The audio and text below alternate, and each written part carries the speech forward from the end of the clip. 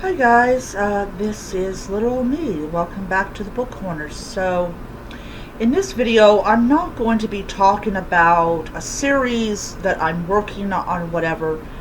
I want to talk about adaptations of books into movies or books into TV shows, and I'm going to mention like four notable adaptations, so I'm not just limiting it to one or two to make my point about adaptations. I might include a fifth one. I probably will include a fifth one into this because I think it's important to have this conversation about adaptations and about making sure that your diehard fans are included, and the thing that you should not do that may affect your ability, unless they're forgivable and all that. So, so, um, so if you hear that sound, that's my notification activating. So please pardon if you get that sound. I really hope it doesn't pop up in the final product. But anyways, so adaptations of popular book series into some kind of media, into visual, into audio. We have Audible that will basically have someone who comes in and they read from the book, and it is sold as a I would say it's sold as something for people that don't have time to sit down and read a book, but they do have time to listen to something. So, yeah. So that type of thing. So, audiobooks are very popular. So, when we talk about adapting book series into visual media, like movies or television shows, you have diehard fans who are fans of a series for years, and you have people that have just discovered a series, really loves it, and they're called, I would call them the newbie fans.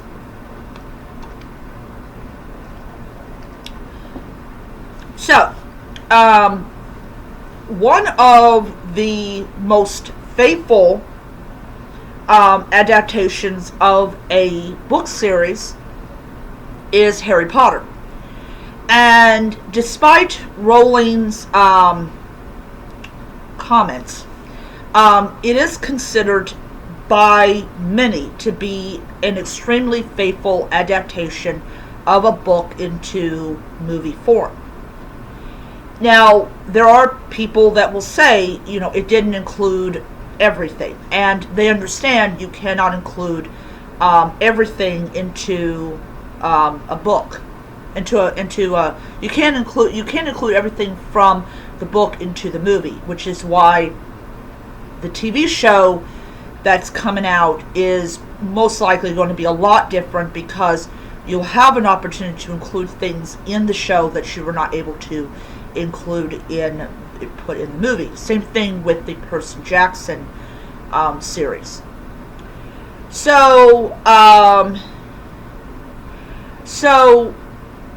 when we talk about another adaptation of a book series into digital media that did not do well, and that is the Dresden Files. The Dresden Files came out over 10 years ago, and it was a one-season show. They had planned to introduce more characters from the books into the show, but they never got a chance to because the show got canceled. And the reason for it was fans of the Dresden Files did not consider the show to be a faithful adaptation of the books. They changed so much from the books when they adapted into the show that it just did not feel like the Dresden Files. And even the author, Jim Butcher, has said the show is not the books. Another popular series that got adapted into a TV show is Game of Thrones. Game of Thrones is another one. Another one that got adapted into, that already had been digital, was The Witcher. And there was a lot of anger when it was leaked that the one of the most important characters in the entire video game was going to have their race changed.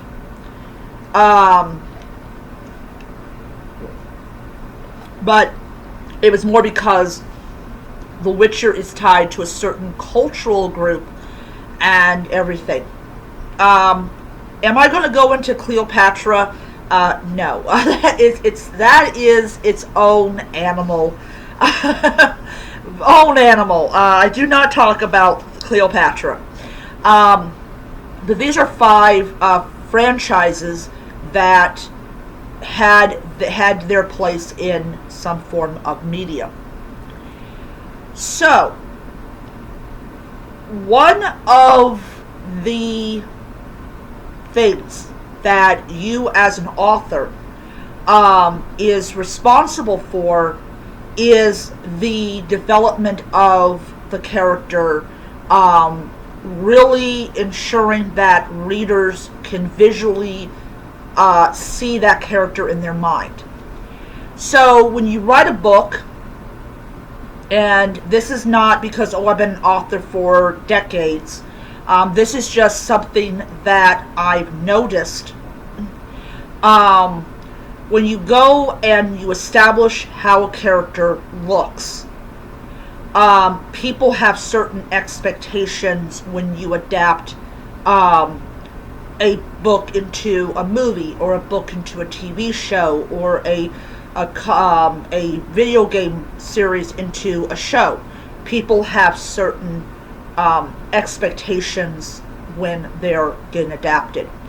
And Harry Potter really set the bar for a faithful adaptation of a book into a movie. And by the way, last month, Michael Gabon passed away. My condolences to his family. So, anyways, I have always believed, due to what year the first book came out in Harry Potter, and what year the first book came out with Percy Jackson, is Percy Jackson will always be in the shadow of Harry Potter. It will always be in the shadow of Harry Potter. And so when you have 2 very big IPs that have a very big fan base, you know there's a certain level of expectation and of hope that, first of all, the movie will not suck, the TV show will not suck, the CGI will not be horrible, which is my big worry on the Percy Jackson show, is the CGI, because of She-Hulk. So you have Harry Potter, who casted 100%, well, maybe a little less than that, of a British cast, and you had people saw these characters and were like, yeah, that is my Professor Lupin, or that's my Severus Snape, or that's my Molly Weasley. When 20th Century Fox bought the rights from Riordan to adapt his first book into a movie, it ran into the same issues that Harry Potter did. You have, well, a little more than that, but anyways, you have a big book, a thick book, and you're trying to get all the good moments in. And when you go and you alter, you go and make the characters older, than they are in the book series and stuff, you literally are going to have issues. Now, the controversy that happened last year, and it's still being rehashed this year, though they never ever mention about CGI and their worries about CGI, but I also understand where they're coming from and stuff. So when you go and you write a book and you describe the characters in detail, when people get their hopes crushed with the movies, and then they are told that a TV show is going to be developed, they're going to fan cast their favorite, who they think would be perfect, and they're always as close to the book description of the character as possible. So what ended up happening was a lot of fans, either for racist or non-racist reasons, they were crushed that Annabeth Chase was going to be played by a girl of color. And this goes to the one thing that you do not tell your fans, especially if your fans have been doing, fighting against racism, and because they believe in their heart of hearts that racism is morally wrong, to call them a racist because they don't like the casting choice. And it's like, they go and they, the complaint is, you're not going by the source material of your own series. I think somebody somewhere probably made a comparison, with J.K. Rowling as far as her casting was concerned.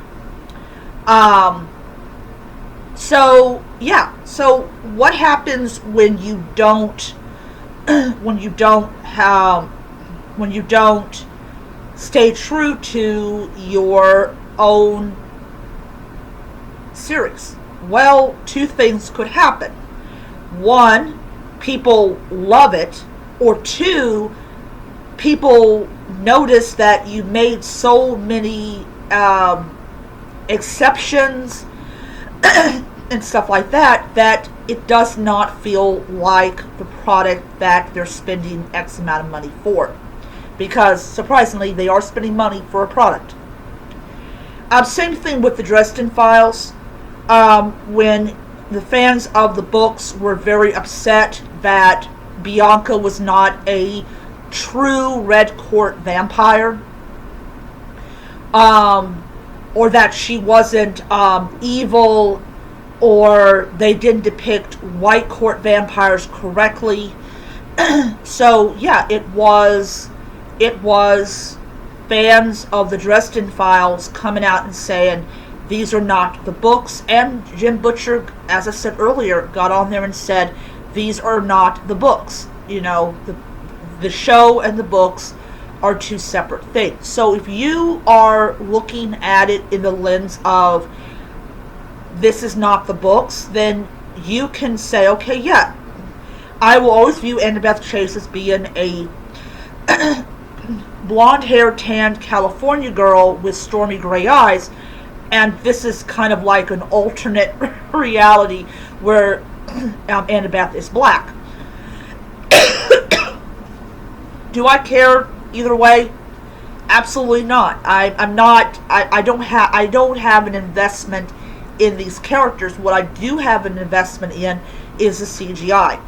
I think the CGI should be good. I think the CGI should be worthy of a series like this and not crap. But other than that, let them have their fun. I still watch the Dresden Files, even though it's not the book series. But, it doesn't matter to me. But for people that are hardcore Dresden fans, hardcore Percy Jackson fans, all this stuff, when you go and you change things around, they're going to react in very negative ways. And the one thing you don't do is you don't alienate your fan base by calling them racist, even if their comments are, I wanted an Annabeth Chase that closely as possible resembled the character in the book.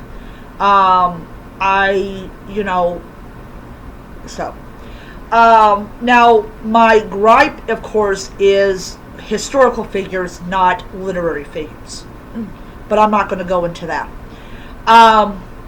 But I also understand the reason that people were angry when they thought that one of the big name characters was going to be of a different ethnicity. This is tied to This is tied to another country's culture. And we go on and on and on about how we need to be respecting people's cultures and be respecting what, other countries. And then you have that happen, or that even thought was going to happen, and you have diehard Witcher fans who got on there and said, if you alter this story that's tied to another country, we're not going to watch the show. And I think I heard somewhere that The Witcher is in a lot of trouble, but that's just me. That's just what I heard. But yeah, same thing with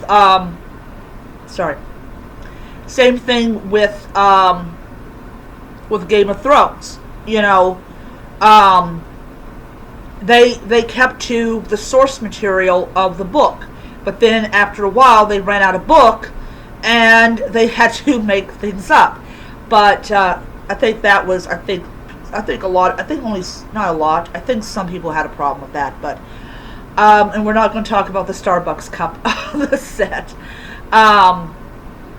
There was, of course, some kind of comment like, "Oh, well, at least on The Witcher they didn't have a Starbucks cup," and just goading them and remind them that But So I mean, if you're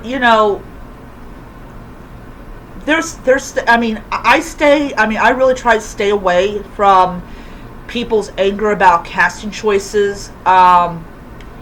But I really think that the only problem that Percy Jackson should actually be that Ryden should actually be concerned with is the CGI, because the CGI can make or break a show. Because if the CGI is horrible, people are not going to go and see it, no matter how much they support the Annabeth Chase, as much as they love the stories. If the CGI sucks ass, they're not going to see it. Same thing with me. Now,